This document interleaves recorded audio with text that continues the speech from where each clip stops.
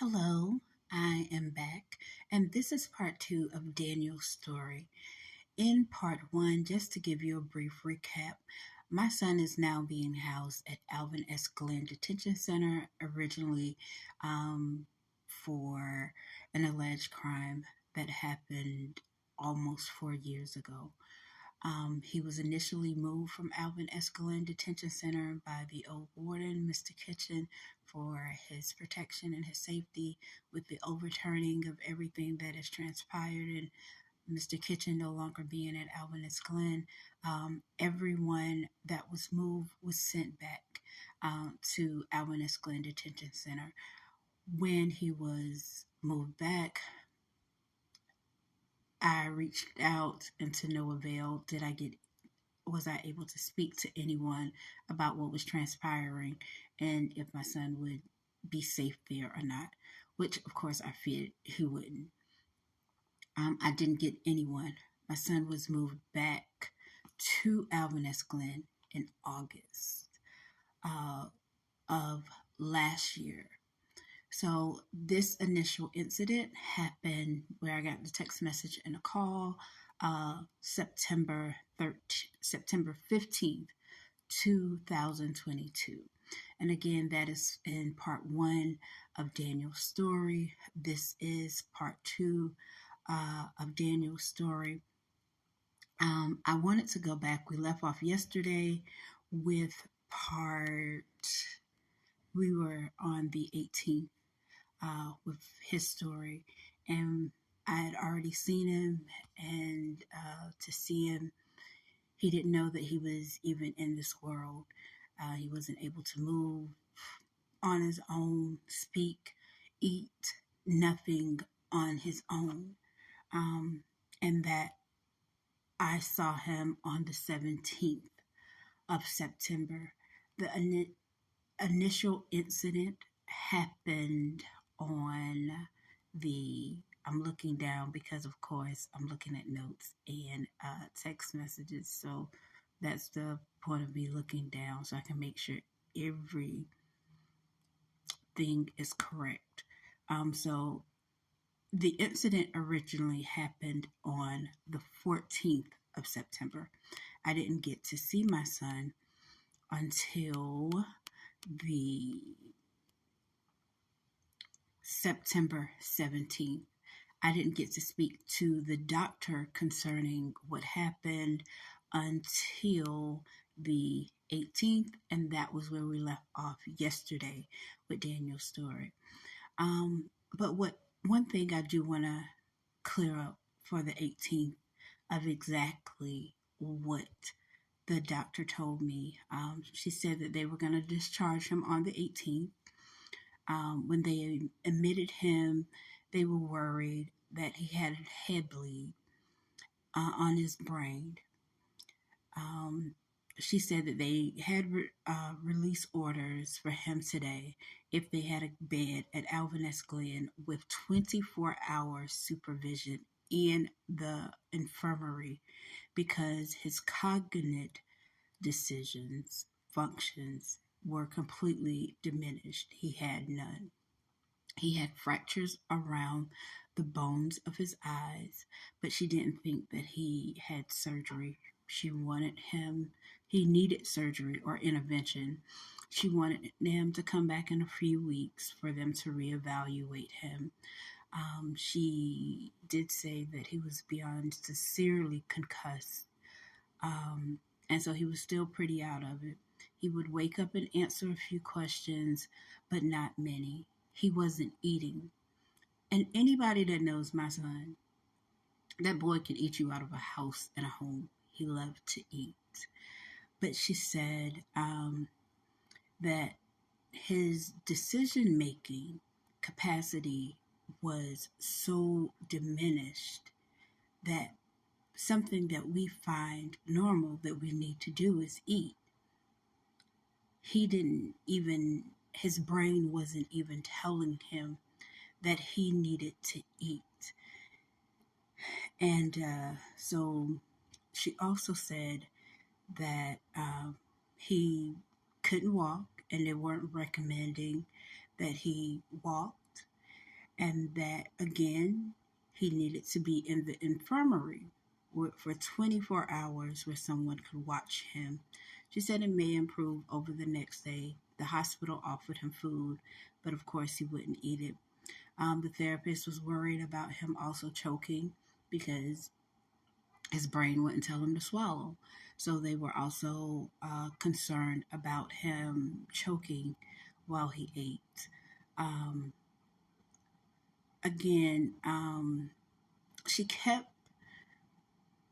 saying that she had spoken to someone at the jail and they told her that he would be placed in the infirmary where he would have 24 hours supervision, strict 24 hours supervision. Why that is so important, because Alvin S. Glenn at that particular time, and I'm not sure to this date, had an infirmary. As a matter of fact, in speaking with Mr. Harvey and I spoke, and I told him what was said, that they wanted to release Daniel, but of course he would be taken to the infirmary. I had all sorts of questions about him being there, his safety, about him going back to the infirmary, only for me to be told that they didn't have an infirmary. As a matter of fact, this happened to be the first time to this magnitude that Mr. Harvey himself has had to deal with this situation. So his exact words was, so you're being the guinea pig.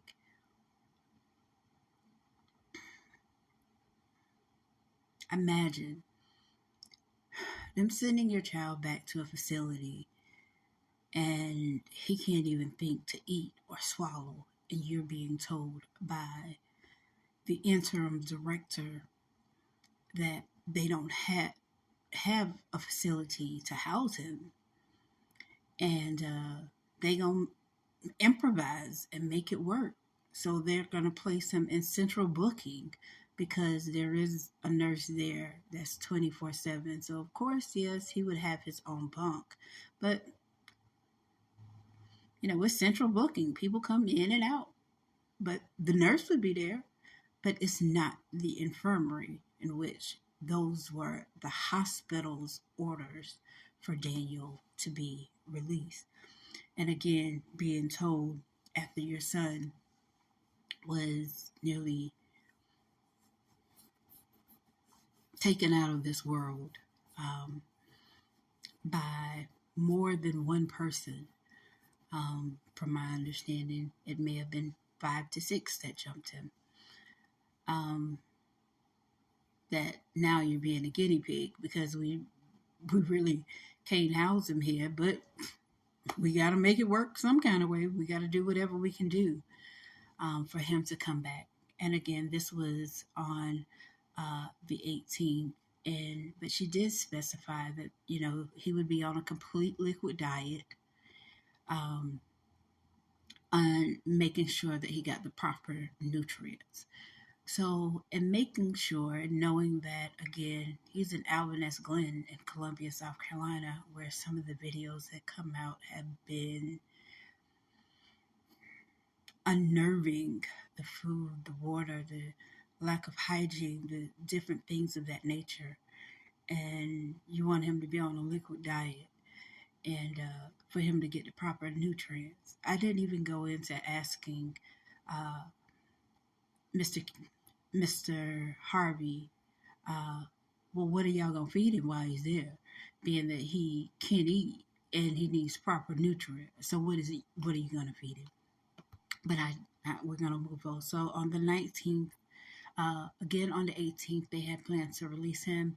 They did not release him. So the 19th, he's still at the hospital. Um, he still wasn't eating. Or drinking yet. So he still didn't know what's going on with him. He was still pretty much out of it. He was answering a little bit more questions. I did call, but what worried me was I had her to tell him that I loved him and that his son that he calls Dank, and he's the only person who calls him that. That he loved him, and then I had her to ask him. I said, "Well, ask him who is Dank. Is Dank his cousin? Is Dank his brother? Who is Dank? Just tell him that Dank loves him. Don't say his son. Just tell him that Dank loves him." And she did, and his thing was in replying, "Well, okay," and it was, "Well, who is he?" Cousin, not his only child, but his cousin. So again, speaks to his diminished mental capacity that he didn't even know whom his son was. Uh, he started moving around a little around on the 17th, so I felt better. But they tried to get him on the 19th. I apologize. On the 19th, they tried to get him to recall what he had eaten for breakfast, and he couldn't even remember what he ate for breakfast on the 19th. They said that they were waiting for a bed at Alvin and Glen, but they were going to discharge him. But and I had been calling all day to Alvin and Glen. Hadn't gotten anybody to speak to anybody to see what were their plans, how were they going to be able to house him, what were they going to do there after he's released. I know the hospital uh, is good, but Alvin S. Glen, on the other hand, no. So what were the plans? How, since we were being the guinea pigs, and you're improvising, how are you improvising and making sure that he comes back? He's getting the health services he needs, the food he needs, um, the protection that he needs. Um, so, of course, did not get anybody on the 19th, and so didn't get anybody at all. The 20th, I was still waiting on a call to see if I could go see him because he was still at the hospital. So I did get the approval to go and see him. Um, I did get the approval to go and see him on the 20th. Ooh, I got there and he's sitting up in the bed. And it was a thank you, God moment. But his face was still swollen. One eye was still completely shut. The other eye was bloodshot red. Um, looking still at this up here, this patch of hair that is missing, still looking there, looking at everything, but just, hey, let me talk to him. Let me see what he remember, who he remembers, who he don't remember, what, and he didn't remember a whole lot. But I had so many messages from people who were just so happy that he was doing well. So I was able to, give him those messages. The guard that was there with him that day was exceptionally wonderful. And I'm so thankful. Not to say that the two previous guards weren't wonderful, the female guards, but the fact that, you still told her mother, you still told a mother that, oh, he looks a little better today because he was unrecognizable when we first saw him.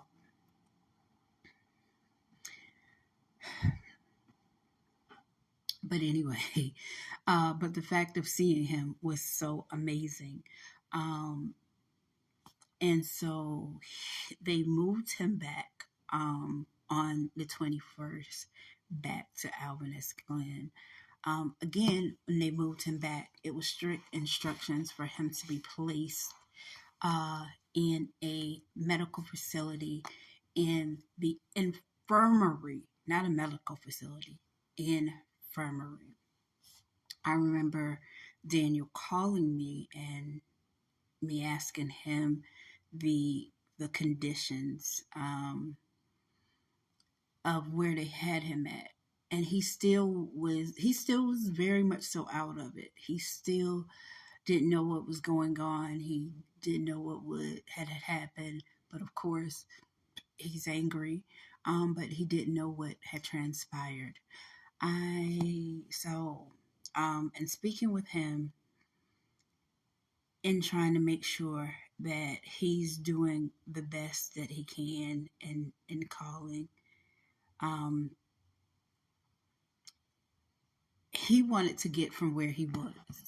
Again, at that particular time, my understanding, he's in central booking where inmates come in, come out, come in, come out, come in, come out. He's in central booking. So me being worried about his safety, uh, that's where, definitely, because anybody could come in, speeding ticket, anything. Anything could have transpired to him, with him, while in central booking. When the hospital released him, he was supposed to be in the infirmary that Alvin S. Glenn did not have at all. And again, we were playing guinea pigs, by told to us by interim director Mr. Harvey that this was a situation that he hadn't incurred. So we were the guinea pigs for this to see what works, what don't work. And obviously, him being in central booking wasn't working because one, he was food. Two, of course, he wasn't going to be able to be served what he wanted. He wasn't going to be able to get commissary or anything of that nature, clothes, whatever, because he's in central booking. He's not in the infirmary. And might I mind you, all of Daniel's stuff was taken. Everything, all of his food, his everything, his legal paperwork, everything was taken when the altercation happened.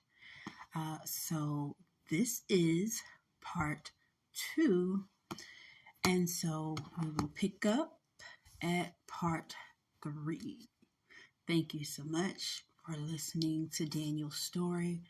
I felt like this part of the story was definitely needed to understand somewhat of the insensitivity and also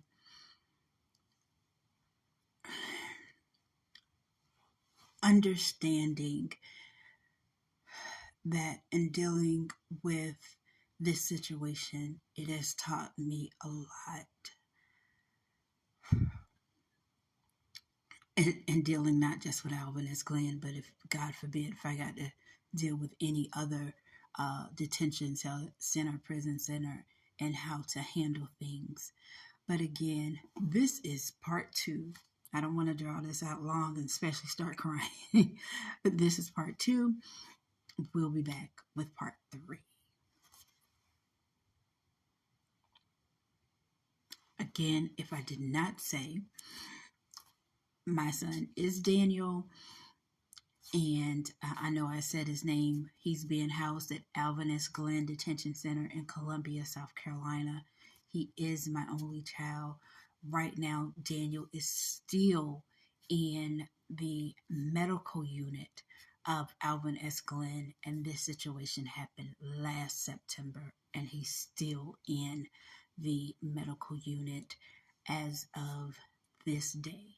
But we will be back with part 3. Thank you so much. Thank you.